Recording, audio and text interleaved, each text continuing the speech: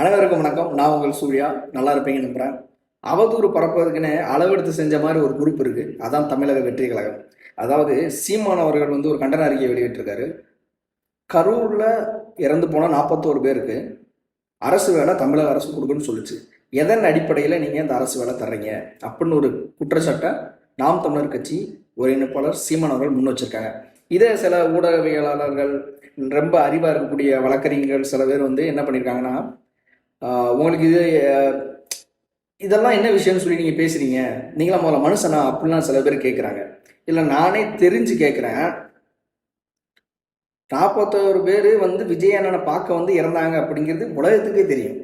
அப்படி வேற என்ன பண்ணிட்டாங்கன்னு சொல்லிட்டு அவங்களுக்கு அரசு வேலை நீங்கள் கொடுக்க போகிறீங்க? இல்லை, இதை எதை மறைக்கிறதுக்கான இது ஒரு ஐடியான்னு எனக்கு தெரியலை. 41 பேர் செத்தான்னு நீங்கள் தான் சொன்னீங்க. யார் பார்க்க செஞ்சாங்க? போராட்ட காலத்தில் செத்தாங்களா, இல்லை ஏதாவது போராடி செத்தாங்களா? ஒரு நடிகரை பார்க்க வந்திருக்காங்க அப்படின்னு செத்துருக்காங்க.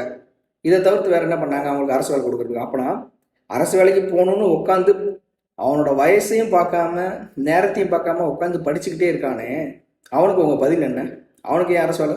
இன்னும் எக்ஸாம் எழுதி கிடைக்கல அரசு வேலை, வெயிட்டிங்கில் இருப்பான்னு சொல்லி வெயிட் பண்ண வச்சுட்டு இருக்காங்க. அப்போ அவங்களுக்கு உங்களோட எங்கே கொண்டு போய் சொல்ல போறீங்க? அவங்கள எங்கே கொண்டு போய் வேலையில் உட்கார வைக்க போறீங்க?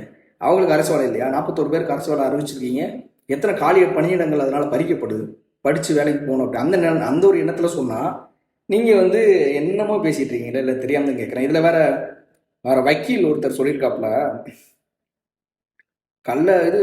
கள்ளக்குறிச்சியில் சாராயம் குடிச்சு செத்தவங்களுக்கு 10 லட்சம் கொடுத்தாங்க, அப்பம்போது நீங்கள் எங்கே போனீங்கன்னு கேட்டாங்க.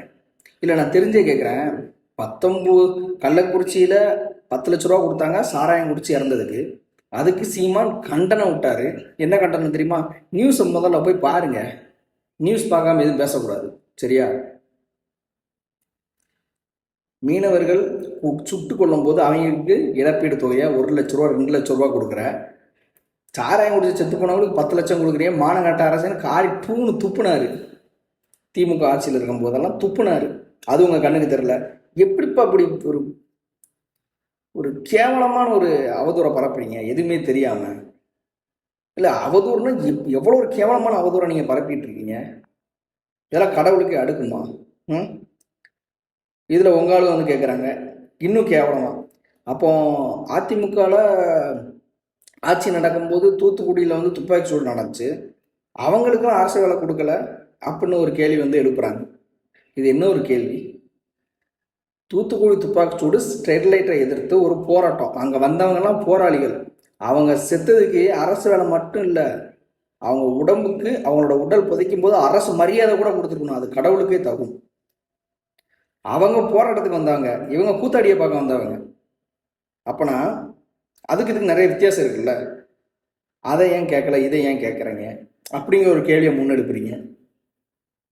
இதெல்லாம் நியாயம்? அவங்களுக்கு ஆக்கப்பூர்வமான அறிவுபூர்வமான ஒரு கேள்வி நீங்கள் கேட்கணும், அதுக்கான பதில் சொல்லலாம்.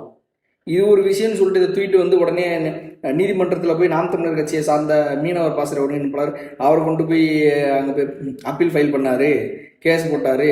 இதில் ஏடிஎம்கே, இது டிஎம்கே, என்டிக்கெல்லாம் தெரிச்சு போயிருக்காங்க. அப்பெல்லாம் ஒன்றும் தெரிச்சு போயிடல. நீங்கள் பண்ணுற கூத்தையும் நீங்கள் பண்ணுற காமெடியும் பார்த்து எல்லாம் சிரிச்சுக்கிட்டு இருக்காங்க. மக்கள் பார்த்துட்டு தான் ராஜா இருக்காங்க, மக்கள் பார்த்துட்டு தான் இருக்காங்க. அவதூறு நீங்கள் எவ்வளோதான் அவதூறு பரப்பீங்க? அரசியல் பண்ணுறத கையில் எடுங்க, அவதூறு பரப்புறத கையில் எடுக்காதீங்க. இல்லை, எவ்வளோதான் நீங்கள் பரப்புவீங்க? நான் தெரிஞ்சே கேட்குறேன். எவ்வளோதான் பரப்புவீங்க?